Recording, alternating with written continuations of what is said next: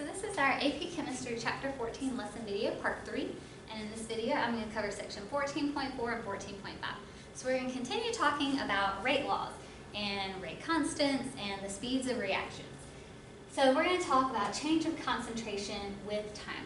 So a first order reaction is one whose rate depends on the concentration of a single reactant to the first power. So for example, it would look like this: rate equals K, which is our rate constant, times a concentration that just has a power of 1. And so what we have is the integrated rate law. This is going to be on your formula sheet, so you don't need to have it memorized. And it is natural log of concentration at time t equals negative K, which is your rate constant, times time plus natural log of your initial concentration. You can use this equation to solve for concentration or time. I mean, technically you can solve for K also, but usually they won't ask that. Usually they'll ask time, sometimes they'll ask concentration at time t, but they could ask concentration at time 0, initial concentration. Alright, so let's look at the first one together. So it says, the decomposition of a certain insecticide in water follows first order kinetics with a rate constant of 1.45 years to the negative 1. So there's my K, and it told me it's first order. That's how I know I can use that integrated rate law. At 12 degrees Celsius, a quantity of this insecticide is washed into a lake on June 1st, leading to a concentration of 5 times 10 to the negative 7 grams per centimeter cubed. Assume the average temperature of the lake is 12 degrees Celsius. What is the concentration of insecticide on June 1st of the following year? Okay, so this right here would be my initial concentration, my concentration sub-0. And it's saying, what is the concentration the following year? So in other words, what I'm looking for is concentration at time t. That's what I'm looking for. All right, and so then what's my time? Well, we started at June 1st. We're going to June 1st the following year. So that means my time is going to be 1 year. All right, so I just use my integrated rate law. All right, and so here I have my K value, and so I can say, okay, my A naught, whoops, sorry, I'm not solving for A naught. My A naught is 5 times 10 to the negative 7 grams per centimeter cubed. That equals negative K, which my K is 1.45 years to the negative 1, times my time, which is 1 year, plus my natural log of, whoops, sorry. This is, oh. That's my at time t, plus my natural log of my original concentration, 5 times 10 to the negative 7 grams per centimeter cubed. All right, sorry about that. I switched my AT and my A naught.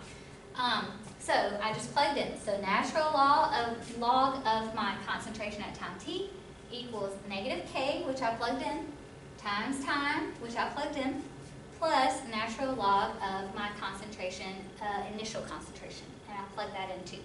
And so at this point, all I need to do is solve for my concentration at time t.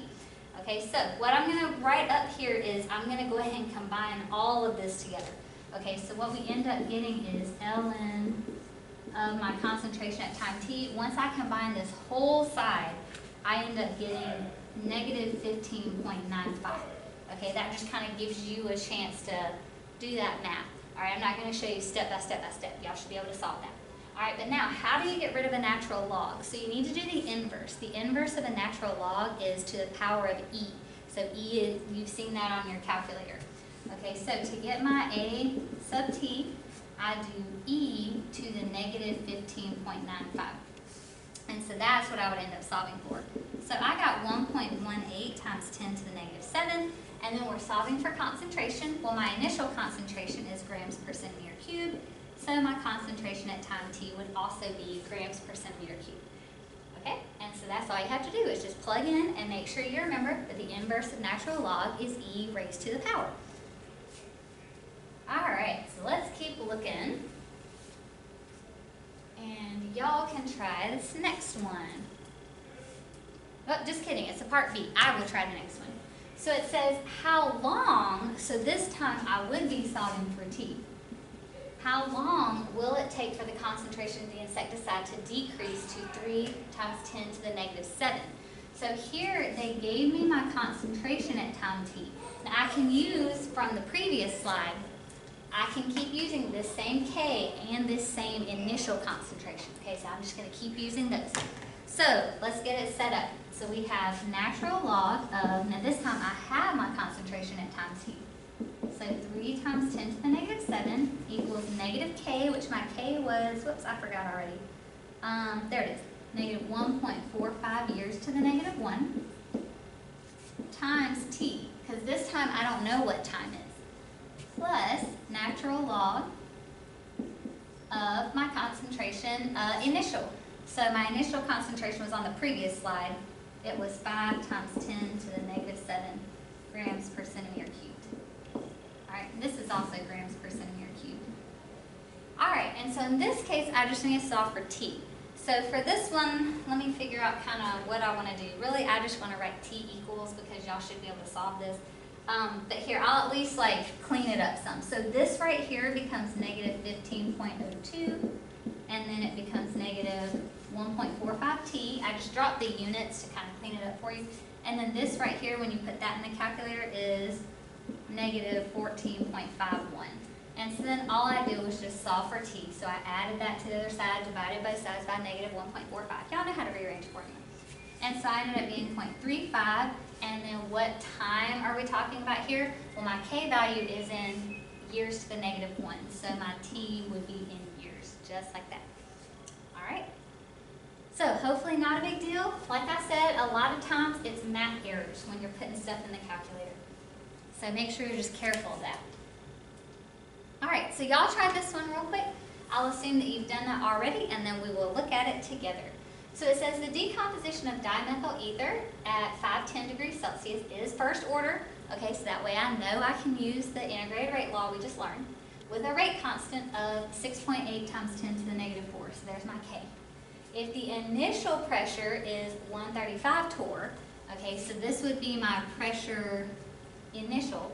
What is the pressure after 1,420 seconds? So there's my time. Okay, so remember, just like in equilibrium, like we'll talk about when we get to K values, you can use concentrations or pressures for things like this. Okay, so then I just plug in. So my natural log of my pressure at time t is negative K, which is 6.8 times 10 to the negative 4 seconds to the negative 1, times my time, which is 1420 seconds, plus natural log of my pressure at time 0, which is 135 torr. All right, so let me clean this up for you real quick. I ended up getting that natural log of my pressure at time t. All of this right here equals 3.94. So remember, the way you inverse a natural log is e to the power. So pressure at time t is e to the 3.94 power. And so once I plug that in, I got 51.4.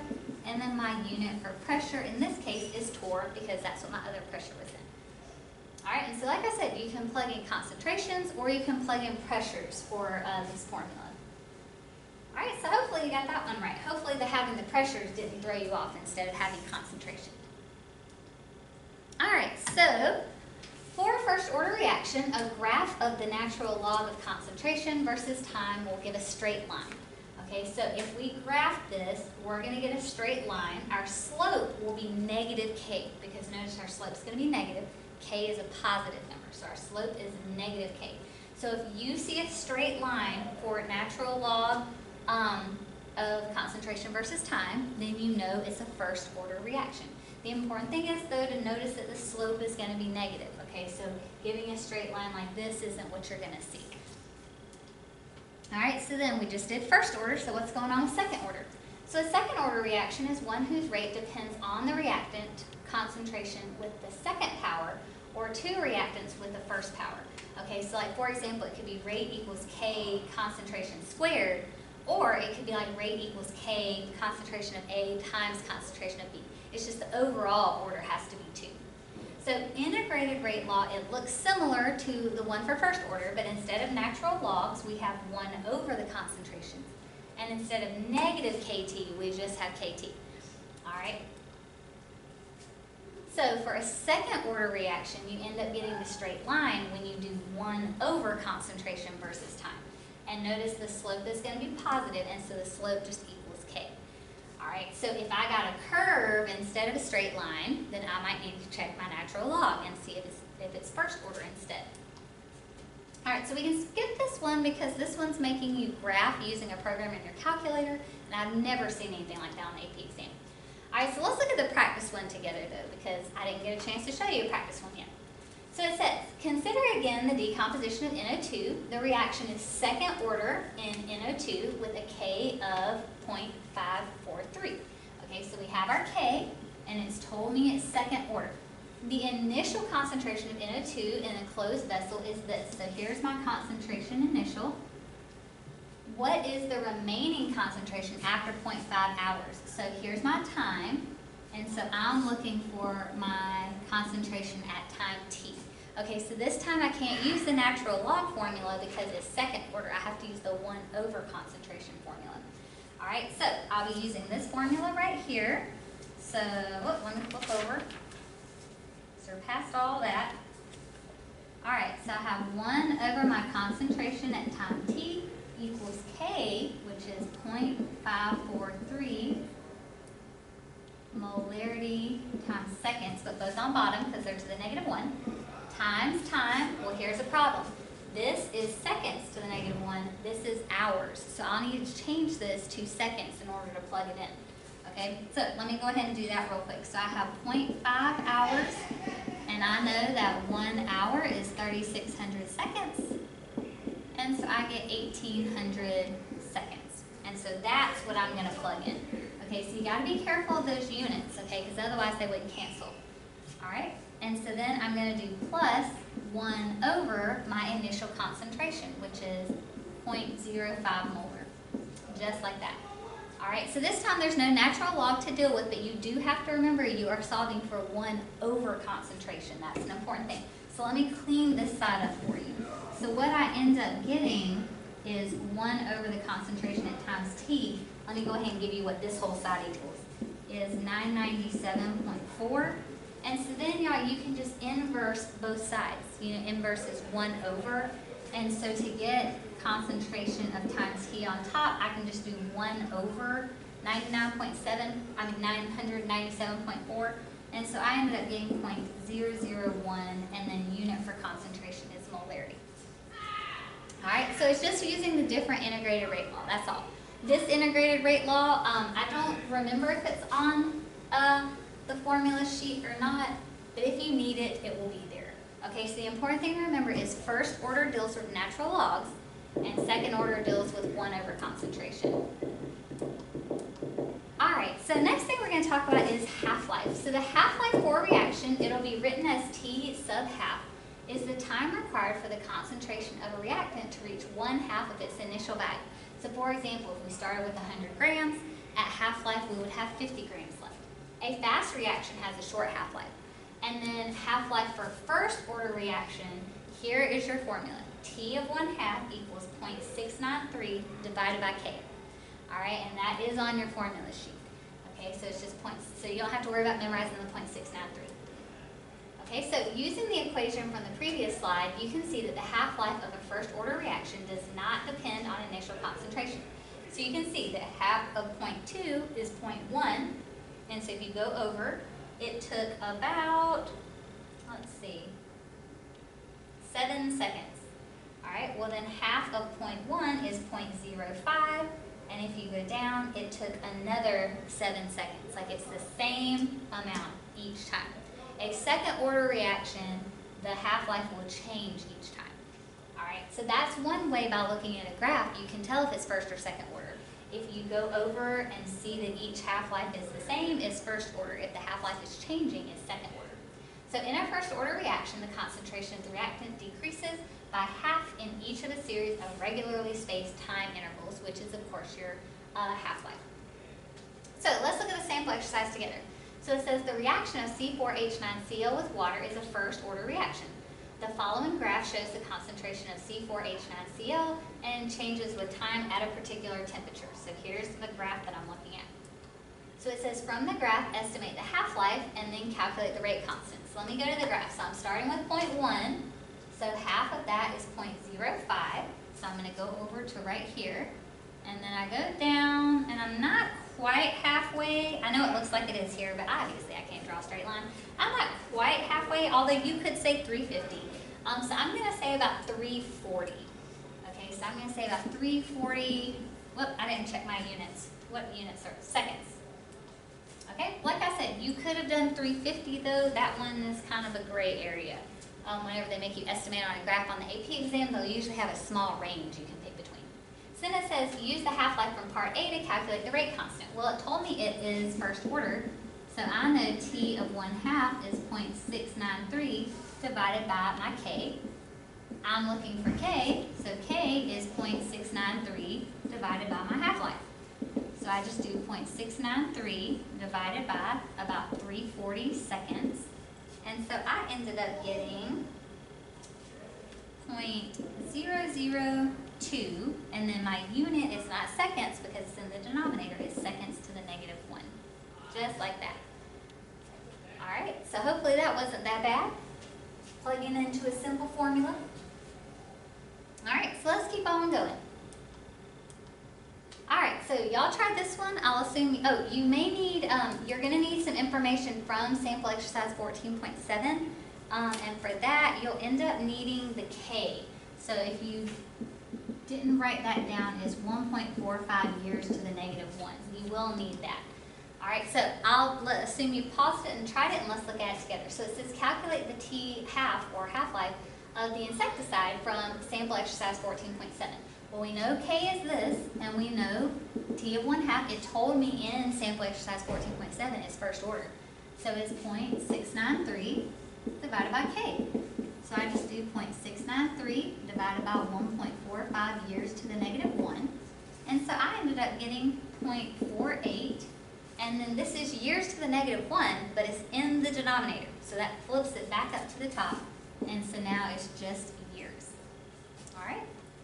So then part B says, how long does it take for the concentration of the insecticide to reach 1/4 of the initial value? So y'all, at time 0, you have 100%, or let's just say 1 of your sample. After 1 half-life, you have half of your sample. So after 2 half-lives, you would have 1/4 of your sample. So in other words, it takes 2 half-lives to get to 1/4. So we know the half-life is that, so I would just do 2 times 0.48 years. Okay, and that gives me 0.96 years. Just like that.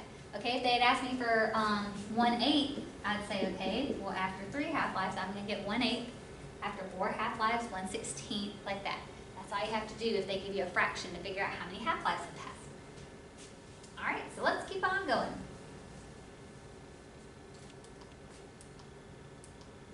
All right, so then what's happening for second order? Because what we just talked about was first order.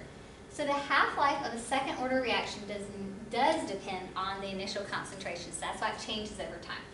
So T of 1/2 is 1/K times initial concentration. All right, the lower the initial concentration, the larger the half-life. Okay, so if you look, after if I start with 0.2, half of that is 0.1, and so here it took about, oh gosh, what is this awkward? Let's see, 80, 60, 40, 20. Okay, so it took about 45 seconds to get to the first half-life. But then, so it took from 0 to 45. But then to do half of that, if you look, it took longer than 45. Like, look at the length of the red line. You can see that this is clearly longer than the first half-life. And then if you look at the third half-life, you can see it's even longer. Because the problem is, as it reacts, the initial concentration for that point gets lower and lower and lower. And so that's what makes our half-life longer and longer and longer. So, section 14.5, temperature and rate. The rates of most chemical reactions increase as temperature increases. The rate constant for a reaction also increases as temperature increases. Because you have to think, reaction rate is all about collisions. The more collisions and the more collisions with the correct amount of activation energy, the faster the reaction can proceed. And so if you increase temperature, you have more collisions that have more energy behind them. So So the collision model is based on the idea that particles must collide in order to react. The greater the number of the collisions, the greater the reaction rate. As the concentration of reactants decreases, the number of collisions decreases. Okay, so over time, as the particles keep reacting, then those collisions that are actually making more products become fewer and fewer and fewer. So as the temperature increases, the number of collisions increases. And the important thing is the energy of those collisions also increases. Remember, we've got to get over that activation energy hump. All right, so they can't just collide. They can collide all day long, but if they don't have enough energy, it's not going to make a product. So they have to have frequent collisions and collisions with enough energy. So in most reactions, molecules must be oriented in a certain way during the collision. So that's another thing, is they have to collide properly. Like for example, if I have a molecule that has an oxygen atom and it needs to bond with a hydrogen atom, well, if they bump in and the hydrogen doesn't bump into the oxygen, say one of them's twisted around, it's not necessarily going to make a product. Okay, so like here, they have two of the red bumping into each other. They said that's ineffective because the red and the blue need to bump into each other in order to bond. Alright, so to react, colliding molecules must have a total kinetic energy equal to or greater than the minimum value called activation energy, or E sub A. So remember, it's like a hump they have to get over. So if the person cannot ever push the rock up the hill, it can't ever roll down to the other side to make products. So again, you can have collision after collision after collision, but if they don't have enough energy to get over activation energy, it's not going to make products. So the activation energy is the energy difference between the energy of the reactants and the highest point on the energy pathway. The highest point on the energy pathway is called the activated complex or transition state. So if they ever ask you, like giving you a reaction graph, if they ever ask you what your activation energy is, it's always reactants to the top, to the peak. That's your activation energy. Now they'll also ask you about delta H. That is between reactants and products. But reactants to the peak, that's your activation energy.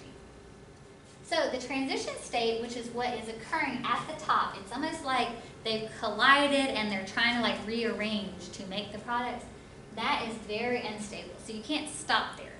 Okay, so that's when they bumped into each other and they're trying to figure out kind of what do we want to do. Like, I want to bond with you, I want to get rid of you. That's what's happening at the transition state. So the overall change in energy, or delta E, is the difference in energy between the products and the reactants. So sometimes this will be called delta E, sometimes it'll be called delta H. It just depends on kind of which one they ask you about. So delta E has no effect on the rate of the reaction. The rate of the reaction depends on activation energy. So if I can lower activation energy, I can speed up the reaction.